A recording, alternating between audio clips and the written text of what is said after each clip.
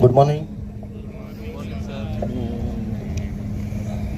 आज मालेगावमध्ये नशामुक्त अभियान चालू करण्यात आलेले आहे. या कार्यक्रमाचे संयोजक आयोजक सोनाली मॅडम यांचं मी मालेगाव नगरीमध्ये स्वागत करतो. सोनाली मॅडम मागील 1 ते 2 आठवड्यापासून मालेगावचं सर्वे करत आहेत आणि त्यांनी सर्वे केल्यानंतर त्यांना एक भयान परिस्थिती येथे जाणवली.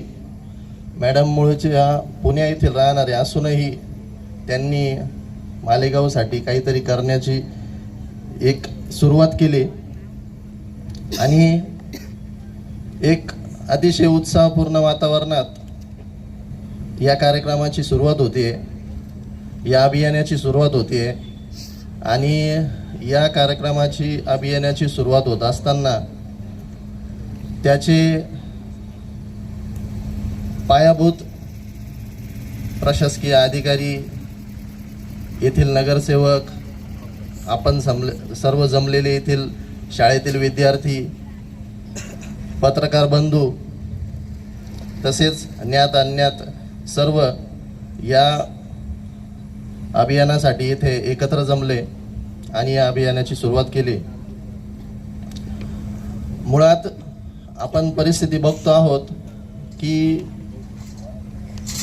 नशेचं प्रमाण किती वाढत चाललं आहे आणि त्याची सुरुवात शाळेपासून, कॉलेजपासून व्हायला सुरुवात झालेली आहे.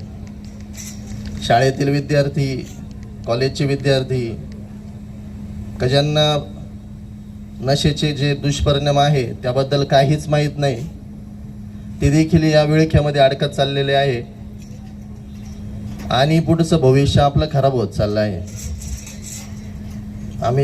मी स्वतः ज्यावेळेस माझ्या स्वतःच्या कुटुंबाचा विचार करतो, माझ्या मुलांचा विचार करतो, त्यावेळेस मलाही कुठेतरी भीती वाटते की माझा मुलगा थोडा मोठा झाल्यानंतर त्याला जर असे लोक भेटले, अशी संगत भेटली, असे नशा करणारे, नशिली पदार्थ प्रोव्हाइड करणारे लोक भेटले आणि तो जर त्यांच्या सानिध्यात आला तर त्याचंही भविष्य अंधारमय होऊ शकतं. ही जशी मला भीती वाटते तशीच आपल्यापैकी अनेक पालकांना, मुलांना, गुरुजनांना तसेच समाजातील सुज्ञ नागरिकांना वाटत असेल असं मला वाटतं. त्यामुळे अशा प्रकारचं अभियान सुरू करणं खूप गरजेचं होतं आणि ते सोनाली मॅडम यांनी सुरू केलं आणि ते अभियान ते निरंतरपणे चालू ठेवतील आणि त्याचा पाठपुरावा करतील अशी मी त्यांच्याकडून आशा व्यक्त करतो. शासनाकडून, प्रशासनाकडून, पोलीस दलाकडून तसेच येथील सामाजिक संस्था, पत्रकार बंधू, सुज्ञ नागरिक यांच्याकडून जेही मदत त्यांना पाहिजे असेल ती मदत आम्ही नेहमीच करूच. त्या व्यतिरिक्त नाशिक ग्रामीण पोलीस दल यांच्या मार्फतीने पहिल्यापासून नशामुक्तीसाठी कार्यक्रम चालू आहे. नशामुक्तीकरिता NDPS हा कायदा आहे आणि त्या कायद्याखाली पोलीस प्रशासनाने यापूर्वी अनेक केसेस केलेल्या आहे. त्याचा जर थोडक्यात आढावा जर आपण बघितला तर 2023मध्ये नाशिक ग्रामीणमध्ये 23 गुन्हे दाखल करण्यात आलेले. त्याच्यामध्ये 50 आरोपी अटक झाले आणि जप्त मुद्देमालाची किंमत आहे 17,91,343. हा 2023चा आकडा आहे आणि तो आता वाढत हळूहळू तो वाढत चाललेला आहे. तर हा जो वाढत चाललेला आकडा आहे तो आपल्याला कुठेतरी कमी करायचा आहे आणि पूर्णपणे संपवायचा आहे, त्याचा पूर्णपणे नाश करायचा आहे. सन 2024मध्ये 36 गुन्हे दाखल झाले, 73 आरोपी त्यात अटक केले आणि 25,88,000 रुपयाचा मुद्देमाल त्याच्यामध्ये जप्त केला आहे. 2026 मॅडम आपल्यासाठी डाटा महत्त्वाचा आहे. सन 2025मध्ये 48 गुन्हे दाखल केले, 85 आरोपी अटक केले आणि 53,58,000चा मुद्देमाल जप्त करण्यात आलेले आहे. या ज्या कारवाई होत असतात यामध्ये पोलीस प्रशासन नेहमीच पुढाकार घेऊन काम करत असतं. नशामुक्तीकरिता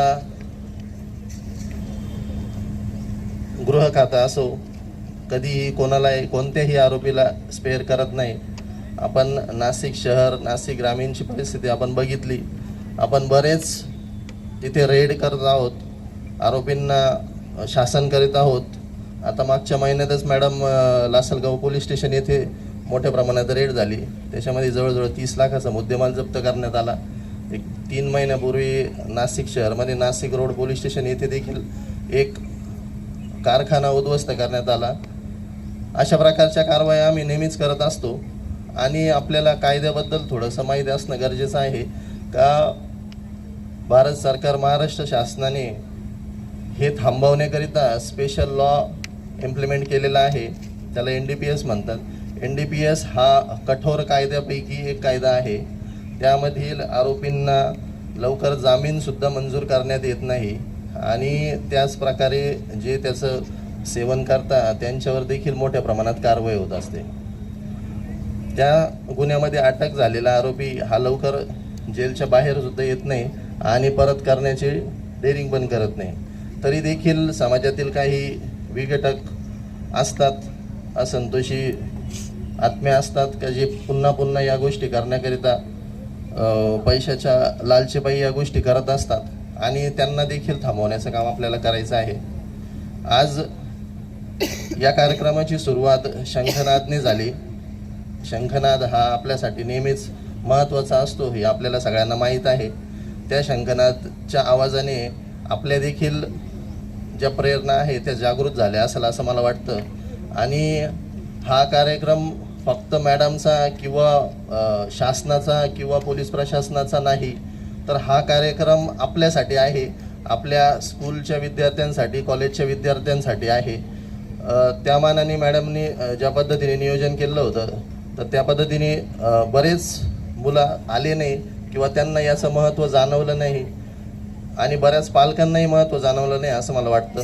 पण ज्यावेळेस याचं लोन आपल्या घरापर्यंत येईल त्यावेळेस आपण जागरूक होण्यापेक्षा याच्यासाठी जी प्रतिबंधात्मक कारवाई करण्यात येते किंवा जे अभियान छेडलं जाते त्या अभियानाला सपोर्ट करणं, त्याच्यासाठी तयार राहणं आणि एक स्वच्छ मालेगावची प्रतिमा तयार करण्यासाठी आपण तयार राहणं खूप गरजेचं आहे. तरी यानंतरच्याही अभियानामध्ये यापेक्षाही जास्त लोक सहभागी होतील अशी मी आशा व्यक्त करतो.